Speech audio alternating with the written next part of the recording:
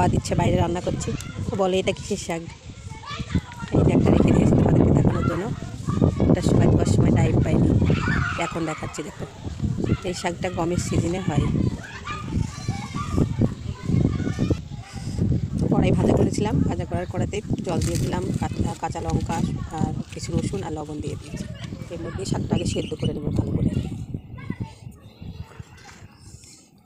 কড়াটা ধোয়া হয়নি, ওই কড়াতে দিয়ে দিচ্ছি, অসুবিধা নেই, স্বাদের কোনো হেরফের হবে না।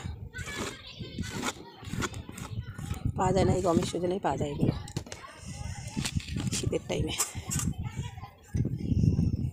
লবণ দিয়ে দিয়েছি, ভালো করে সিদ্ধ করে নেব। কোনো মশলা যাবে না এই শাকে, এত সুন্দর লাগে খেতে, খুব সুন্দর লাগে। কিচ্ছু দেবো না, শুধু লাস্টে বড়ি ভাঙা দিয়ে আর হচ্ছে তোমার একটু ময়দা গোলা দেবো সেদ্ধ হওয়ার পর।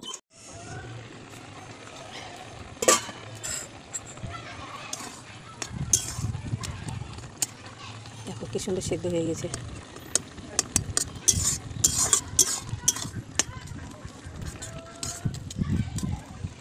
এই শাকের ভাজা খেতে কিন্তু ভালো লাগে, কিন্তু আমাকে এই ঘুটাটা বেশি ভালো লাগে।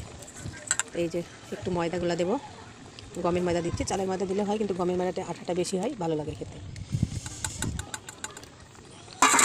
গুলে দিলাম, শুকনো দিলে কী হবে বলো তো, গুটি গুটি হয়ে যায়।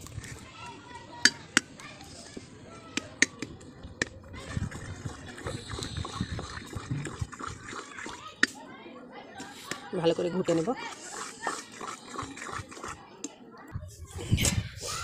ঘাটা হয়ে গেছে, এবার তুলে নেব।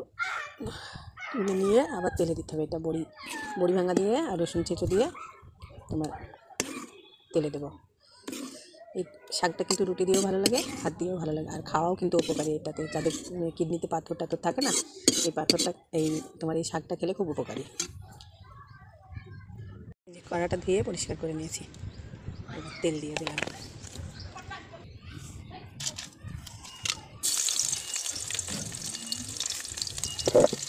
রসুন চেঁচো দিয়ে দিলাম।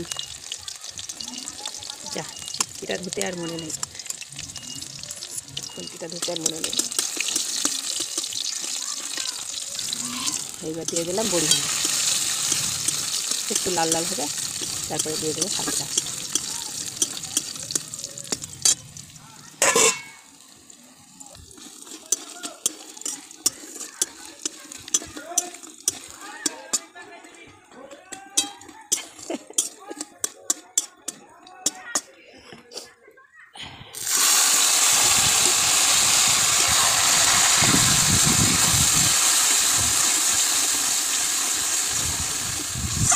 এবার আর বেশি চাল দেবো না, এটা নামিয়ে নেবো এক্ষুনি।